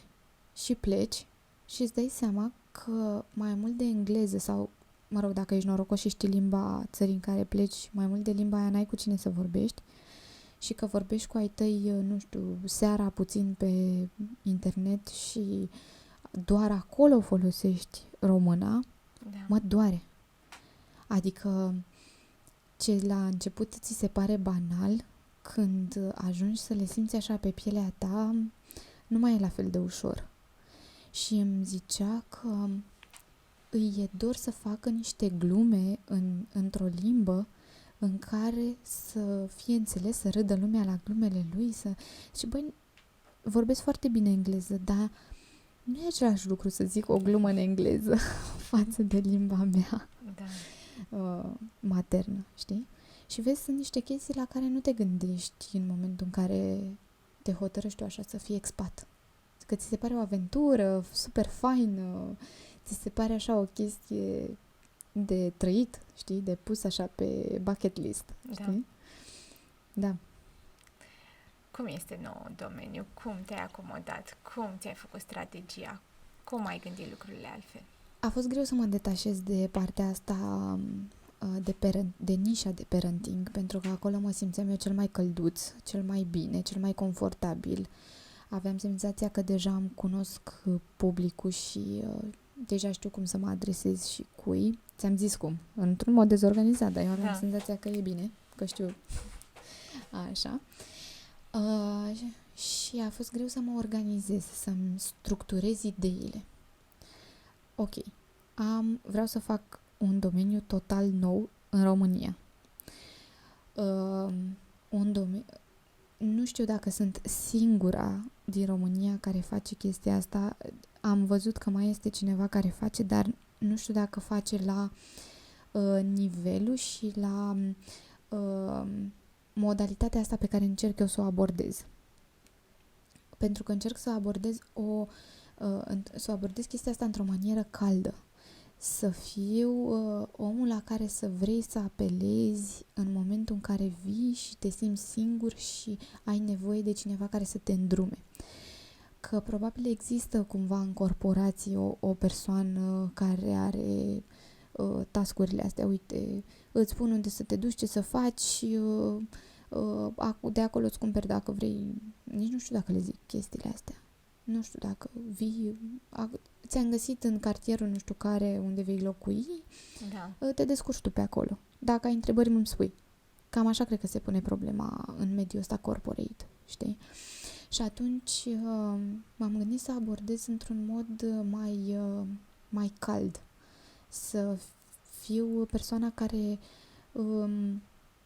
îi ajută chiar și la probleme banale, la de unde îmi cumpăr ceva, nu știu, care sunt site-urile sau care sunt magazinele apropiate de mine,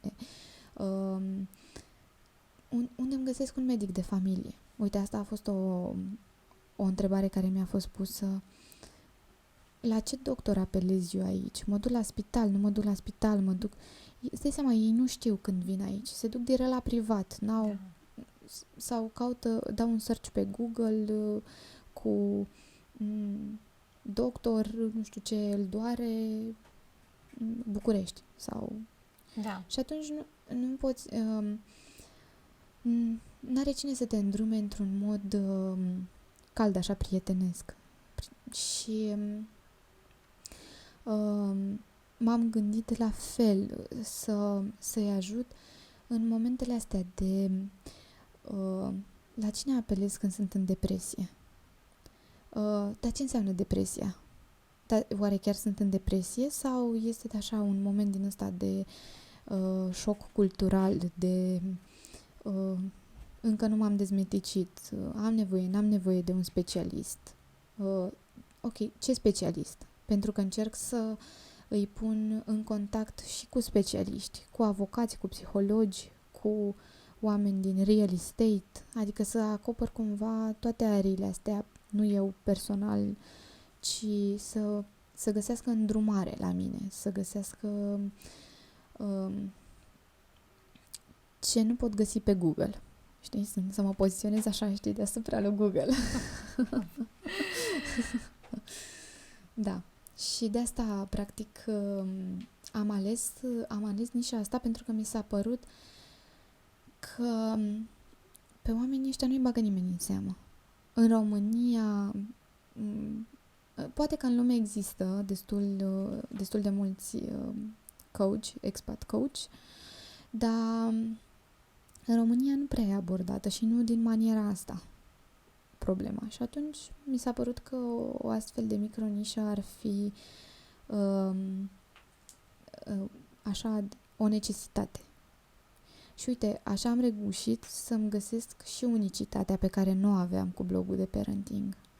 Nu mă mai simt peștișorul ăla din ocean care nu-și găsește locul, nu știe încotro să o ia, cu ce curent, cu ce banc de pești, la ce banc de pești să mă alături, știi? Și atunci mi se pare că acum am ce n-am avut parte în nicio altă experiență de până acum. Ești cu totul așa din zona ta de confort. Da, ieși că atunci când ți se fixează așa creierul pe o chestie, ți-e greu să ieși, să gândești așa out of the box. Că pentru mine asta a făcut Ana pentru mine. M-a făcut să ies așa un pic din cutiuța aia mea și să mă uit că, uite, cutiuța asta are și pereți exteriori. Da. Știi?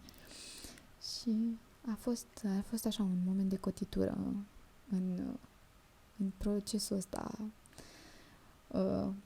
pe care l-am făcut, pentru că între timp am rămas și fără loc de muncă. Că nu m-am mai întors la locul de muncă. A fost așa o chestiune cumva dorită, nedorită, cu frică, cu ce fac, exact cum ziceam la început, că al doilea copil vine cumva cu alte responsabilități și cu alte... Și atunci, pe de-o parte, mi-era frică să ies din zona mea de confort, să renunț la jobul ăsta, pentru că se termina anul ăsta de concediu de maternitate și să iau pe cont propriu. Mi-era frică de asta.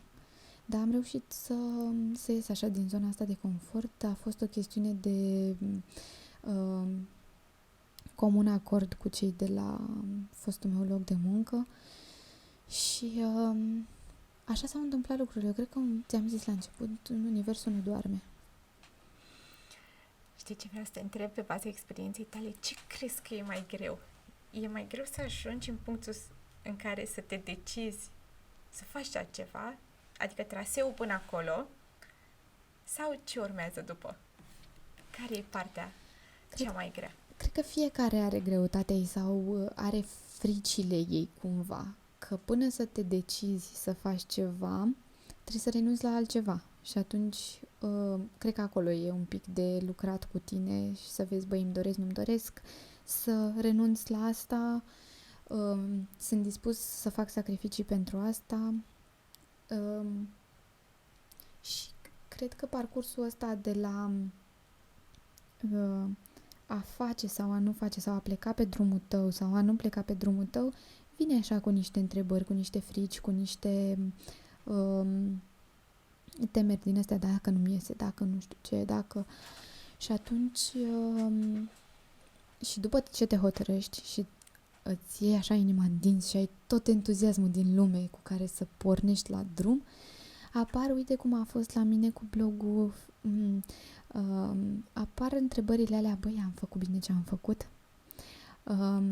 Cum mă dezvolt? că, ok, ai atins doar prima treaptă dintr-un parcurs, adică dacă pornești pe drumul ăsta al antreprenoriatului, nu o faci pentru o jumătate de an, un an. Și atunci ai de urcat așa niște trepte cu tine însuți, cu faptul că vrei să evoluezi, că stai și te uiți în urmă și dacă vezi că acum un an erai în aceeași stare ca și acum, parcă te demoralizează așa un pic treaba asta. Și atunci ai niște întrebări și înainte și după. Dar cu cât obții mai multă claritate, știi și îți scad din întrebările astea. O fi bine, nu o fi bine? Da, e bine că ai claritate.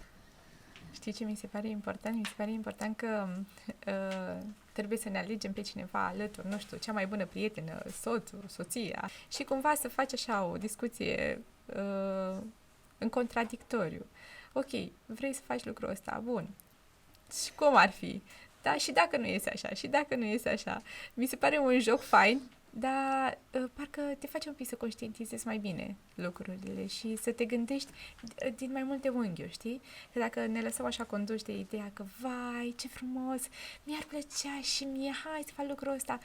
Și celălalt să zică, nu, eu nu văd o oportunitate.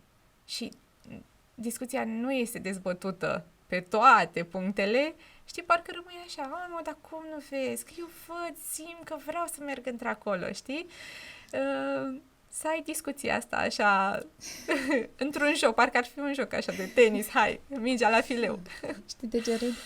Râd pentru că eu sunt visătoarea din familia noastră, soțul meu e ancora și îți dai seama că la fiecare proiect din ăsta început au existat aceste discuții. Da. Iar ai idei. Și nu zicea într-un sens din ăsta negativ să-mi taie aripile, dar exact cum ziceai tu. Hai să întorcem problema asta pe toate părțile. Mă, dar nu e bine nici așa. Nu e bine nici să întorci de așa chiar pe toate părțile sau trebuie să-ți asumi și un grad de risc. Pentru că orice afacere sau cum vrei tu să o numești, orice cale din asta pe care vrei să apuci, vine cu niște riscuri. Și atunci mai bine te gândești, vreau să mi le asum sau nu? Pentru că dacă stau să mă gândesc la drobul de sare, nu te mai apuci. Da. Nu te mai apuci. Și, într-adevăr, el a fost ancora mea de fiecare dată și mereu mi-a adus în față dezavantajele. Zice, ok, tu vezi doar avantajele, hai să-ți arăt eu ce dezavantaje văd în toate treburile astea. Dacă reușeam să-l conving că dezavantajele lui nu sunt chiar așa dezavantaje, că pot fi transformate în oportunități sau așa, era bine. Asta însemna că pot să conving și pe altcineva să facă asta. Și e bine să ceri și altă părere din exterior, pentru că indiferent în familie, tot ești subiectiv. Adică oricât de ancoră este soțul meu pentru mine, se gândește și în mod subiectiv, păi trebuie să susținem familia. Da. Și atunci, bineînțeles că trebuie să ceri și o părere din asta. Știi cum e vorba aia, orice naș își are nașul, orice coach își are coach, știi? Și atunci trebuie să ceri o părere din exterior. Uite, eu zic așa, am ajuns inclusiv la discuții din alea. Uite ce zice soțul meu, că nu îi se pare o idee bună sau... și nu mă refer numai la asta cu expat coach. În general, ideile pe care le-am avut, uite, nu îi se pare o idee faină sau uite, îi se pare că și dădeam toată lista aia de dezavantaje. Și putea să-mi zic că, uite, aici are dreptate sau aici vezi cum poți să abordezi situația încât să transformi din dezavantaj în avantaj sau în oportunitate. Aici nu are dreptate și uite, încearcă să te gândești la lucruri din perspectiva asta și îți deschide așa noi viziuni, noi perspective, noi moduri de a vedea lucrurile. Că e bine să ceri păreri, dar nici să nu te lași influența 100%. Că ajungi poate să ți se pară că ideea ta din genială, aoleu, ce proastă e. Și nu mai faci nimic. Să ajungi cumva să găsești echilibru. Și să-ți asumi riscuri, exact cum ziceam. ok, am înțeles că există și dezavantaje, există riscuri, ca în orice chestie. Mi le asum, nu mi le asum, ce fac? Asta îl luăm ca pe un mesaj și un sfat din partea ta. Și mă bucur că am avut această discuție astăzi. A fost un traseu lung al tău, plin așa de oportunități, de schimbări, de situație, de perioade de burnout, dar din care ai ieșit învingătoare și până la urmă eu consider că oricât de greu ne-a fi nouă și oricât de multe căi am încercat, până la urmă calea noastră care este așa pe sufletul nostru și care ni se potrivește cel mai mult și în care ne simțim mai bine, va veni până la urmă. Voiam să zic că nu cred în greșeli. Nu cred că facem greșeli pe parcursul vieții, facem încercări. Și atunci dacă nu privim lucrurile din perspectiva asta a greșelilor, Doamne, am greșit când am apucat pe drumul ăsta, am greșit când m-am apucat să fac blogul ăla de parenting fără nicio strategie, fără nicio... Nu, n-am greșit nimic. Am trăit niște experiențe care m-au învățat ceva. Și atunci, dacă privim cumva lucrurile din perspectiva asta, în spațiul nostru vin lucrurile astea de care avem nevoie și se așează lucrurile în așa fel încât tot la ce iubești să se ajungă, la ce îți place să faci, pentru că asta atragi. Și eu cred că dacă gândești negativ, atragi lucruri negative în viața ta. Dacă gândesc, Doamne, atât am greșit, păi o să greșesc în continuare. Dacă gândesc că am avut niște experiențe, am învățat, n-am învățat, mi-au fost folositoare sau nu mi-au fost folositoare, trecem peste, mergem mai departe. Cred că vin lucrurile de așa fel încât să ți se așeze frumos în viață parcursul ăsta profesional. Că e greu să le împarți, adică din punctul meu de vedere a fi soție, mamă, antreprenor, sunt niște chestii care acum 20 de ani, să zicem, deci nu mai departe de atât, acum 20 de ani păreau așa irealizabile pentru o femeie. Și nu vorbim de 1900 toamna, vorbim de acum 20 de ani. Și noi suntem cumva generația asta care abia acum iese la suprafață și încearcă să le împace cumva pe toate așa. Și atunci mi se pare că trebuie să ai și un pic de curaj să-ți asumi așa niște chestiuni, să fii conștient că trebuie să găsești un echilibru în toate lucrurile astea și să nu pui presiune pe tine, mai ales ca femeie, ca mamă, ca antreprenor. Că dacă pui presiune, deja atragi cumva partea aia negativă și nu mai iese fain. Nu mai e cum ai visat, cum ți-ai dorit, cum ți-ai imaginat că o să fie. Așa este. Nora, eu îți mulțumesc tare mult pentru discuția de astăzi. Mă bucur că am avut ocazia să-ți cunosc toate experiențele de pe traseul tău profesional și pentru mine astăzi două lucruri au fost importante și aș vrea să ți le spun și ție. Poate cumva, dacă am ține cont de ele, ne-am face un pic traseul mai ușor. Unu este mergi și fă cursul de dezvoltare personală. Mergi acolo și cunoaște-te mai bine, că dacă nu știm nici noi la ce suntem buni și la ce nu suntem buni, e clar că o să fie un mic haos așa. La ce ești bun și la ce îți place. Și la ce îți place, corect. Că poate îți plac prea multe lucruri, dar nu ești bun la toate. Sau poate ești bun la multe, dar nu-ți plac toate. Corect. Și al doilea lucru de care, sincer să spun, până acum nu m-am gândit, dar de acum încolo și în urma discuției cu tine o să îmi pun așa câteva schițe pe foaie, cere o părere din exterior. Mergi la oamenii care au această competență de a-ți da sfaturi și de a-ți crea o strategie, pentru că altfel risci să te obosești tot încercând să le faci tu pe toate, să spui da la toată lumea, apropo că nu știm să spunem nu, corect, atunci când poate e și timpul să spui nu. Așa că cel mai bine este să mai cerem și o părere din exterior, că poate omul ăla vede altfel situația și știe să te ghideze mai bine. Îți mulțumesc tare mult, Nora. Eu îți mulțumesc că m-ai invitat aici. Îți spun sincer că am venit cu mari emoții. La început așa, parcă simțeam așa că îmi tremură mâinile de emoții, dar optimismul tău și felul în care pui problema cald și fain așa, deci nici n-am simțit că am fost aici într-un podcast cu niște căști așa pe ureche, așa oficial. Deci am simțit că sunt la o discuție cu o prietenă și îți mulțumesc pentru experiența asta tare faină și pentru ideea pe care ai avut-o. Să aduci așa în fața reflectoarelor și oameni care au ceva de spus și poate n-au unde să spună chestiile astea. Ăsta a fost și scopul, să creăm aici un spațiu prietenos, da? În care putem să fim vulnerabili un pic acolo și să zicem, stai așa, că eu n-am fost bun de la început și că a fost greu și pentru mine. Dar uite ce am făcut. Am făcut asta. Poate te ajută și pe tine. Poate te ajută să ai o viziune mai clară asupra a ceea ce vrei să faci, care e scopul, care e rezultatul și care e finalitatea. Îți mulțumesc că ai stat până la final cu noi și dacă ești inspirat, dacă ți-a plăcut discuția de astăzi, poți să dai un share pe canalele de social media și să fii alături de noi în toate episoadele care vor urma. Te aștept cu mare drag și până data viitoare să îți fie numai bine. Pe curând!